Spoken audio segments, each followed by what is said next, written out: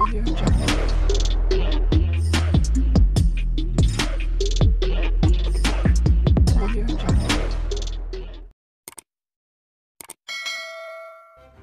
kasih kerana memilih channel ini.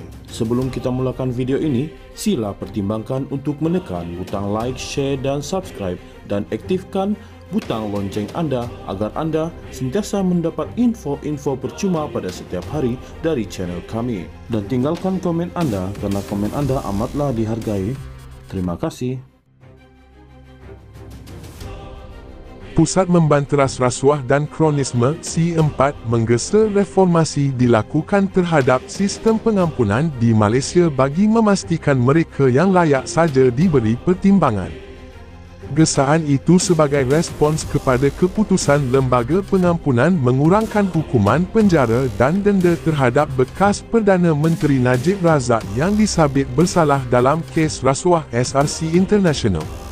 C4 berpandangan ada keraguan yang besar sama ada Najib memang patut atau tidak mendapat belas ihsan itu selepas mengambil kira kesalahan yang disabitkan ke atasnya ketika memimpin negara. Sebagai pemimpin negara, dia menyalahguna kuasa dan kepercayaan yang diberikan pengundi kepadanya untuk secara salah mengkayakan diri sendiri sehingga menjejaskan semua rakyat Malaysia yang lain. Mahkamah Rayuan merujuk kes SRC International-nya sebagai memalukan negara.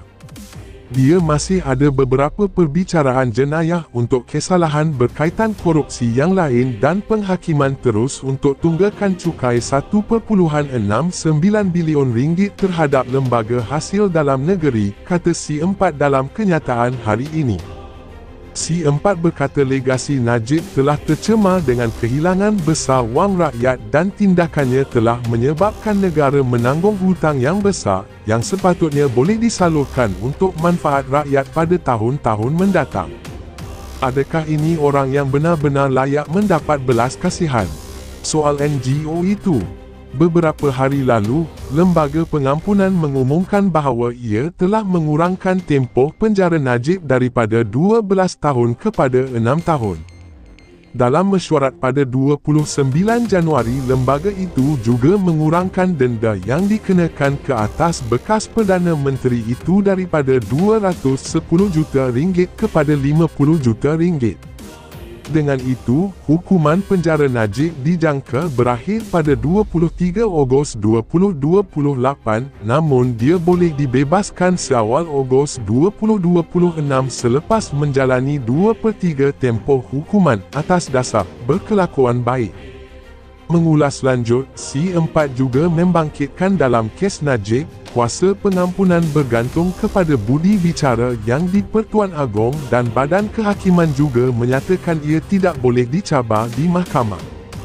Justru, NGO itu mencadangkan agar reformasi sewajarnya terhadap pres pengampunan, termasuk agar pesalah menjalani tempoh penjara minimum mandatori sebelum permohonan pengampunannya boleh dipertimbangkan.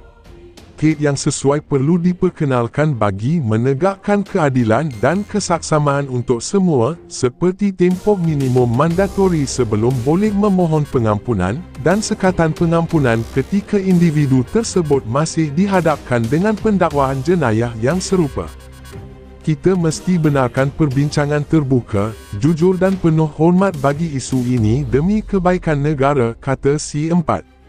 NGO itu juga memberi contoh pengampunan di Kanada yang menyatakan tempoh menunggu minimum sebelum pesalah boleh membuat permohonan selain mereka perlu membuktikan berlaku ketidakadilan dan kesukaran tidak wajar ekoran hukuman yang dikenakan. C4 turut membangkitkan kebimbangan pengurangan hukuman Najib akan memberi kesan kepada imej negara dan persepsi awam terhadap sistem keadilan. Keputusan ini datang dengan harga yang mahal, dana awam yang dibelanjakan untuk perbicaraan, permohonan interlokuri dan proses rayuan. Selain itu, usaha yang telah dilakukan agensi penguatkuasaan, wartawan penyiasatan dan pelbagai kerajaan luar yang terlibat dalam penyiasatan, dan paling penting, pemberi maklumat yang telah berdepan risiko untuk mendedahkan skandal ini, dan sekarang semuanya dilihat sia-sia. Keputusan ini juga menjejaskan hukuman yang telah diputuskan dan disahkan 3 peringkat kehakiman dan paling utama, menjejaskan kewibawaan institusi diraja dengan menggereknya ke dalam kancah politik dan kuasa, kata C4 lagi. Pusat Membanteras Rasuah dan Kronisme C4 menggesa reformasi dilakukan terhadap sistem pengampunan di Malaysia bagi memastikan mereka yang layak saja diberi pertimbangan. Gesaan itu sebagai respons kepada keputusan Lembaga Pengampunan mengurangkan hukuman penjara dan denda terhadap bekas Perdana Menteri Najib Razak yang disabit bersalah dalam kes rasuah SRC International.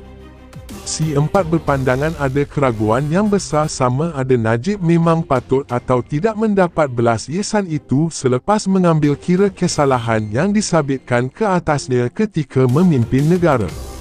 Sebagai pemimpin negara, dia menyalahguna kuasa dan kepercayaan yang diberikan pengundi kepadanya untuk secara salah mengkayakan diri sendiri sehingga menjejaskan semua rakyat Malaysia yang lain. Mahkamah Rayuan merujuk kes SRC International-nya sebagai memalukan negara. Dia masih ada beberapa perbicaraan jenayah untuk kesalahan berkaitan korupsi yang lain dan penghakiman terus untuk tunggakan cukai RM1.69 bilion terhadap lembaga hasil dalam negeri, kata C4 dalam kenyataan hari ini. C4 berkata legasi Najib telah tercemar dengan kehilangan besar wang rakyat dan tindakannya telah menyebabkan negara menanggung hutang yang besar yang sepatutnya boleh disalurkan untuk manfaat rakyat pada tahun-tahun mendatang. Adakah ini orang yang benar-benar layak mendapat belas kasihan? Soal NGO itu. Beberapa hari lalu, Lembaga Pengampunan mengumumkan bahawa ia telah mengurangkan tempoh penjara Najib daripada 12 tahun kepada 6 tahun. Dalam mesyuarat pada 29 Januari, lembaga itu juga mengurangkan denda yang dikenakan ke atas bekas Perdana Menteri itu daripada RM210 juta kepada RM50 juta.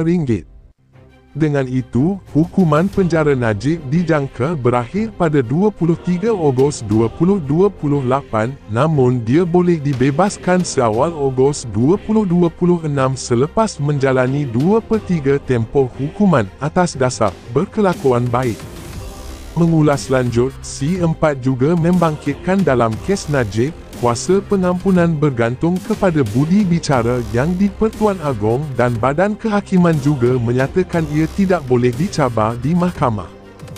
Justeru, NGO itu mencadangkan agar reformasi sewajarnya terhadap pres pengampunan, termasuk agar pesalah menjalani tempoh penjara minimum mandatori sebelum permohonan pengampunannya boleh dipertimbangkan. Kes yang sesuai perlu diperkenalkan bagi menegakkan keadilan dan kesaksamaan untuk semua, seperti tempoh minimum mandatori sebelum boleh memohon pengampunan, dan sekatan pengampunan ketika individu tersebut masih dihadapkan dengan pendakwaan jenayah yang serupa. Kita mesti benarkan perbincangan terbuka, jujur dan penuh hormat bagi isu ini demi kebaikan negara, kata C4. NGO itu juga memberi contoh pengampunan di Kanada yang menyatakan tempoh menunggu minimum sebelum pesalah boleh membuat permohonan selain mereka perlu membuktikan berlaku ketidakadilan dan kesukaran tidak wajar ekoran hukuman yang dikenakan. C4 turut membangkitkan kebimbangan pengurangan hukuman Najib akan memberi kesan kepada imej negara dan persepsi awam terhadap sistem keadilan. Keputusan ini datang dengan harga yang mahal, dana awam yang dibelanjakan untuk perbicaraan, permohonan interlokuri dan proses rayuan. Selain itu, usaha yang telah dilakukan agensi penguatkuasaan, wartawan penyiasatan dan pelbagai kerajaan luar yang terlibat dalam penyiasatan, dan paling penting, pemberi maklumat yang telah berdepan risiko untuk mendedahkan skandal ini, dan sekarang semuanya dilihat sia-sia. Keputusan ini juga menjejaskan hukuman yang telah diputuskan dan disahkan 3 peringkat kehakiman dan paling utama, menjejaskan kewibawaan institusi diraja dengan menggereknya ke dalam kancah politik dan kuasa, kata C4 lagi.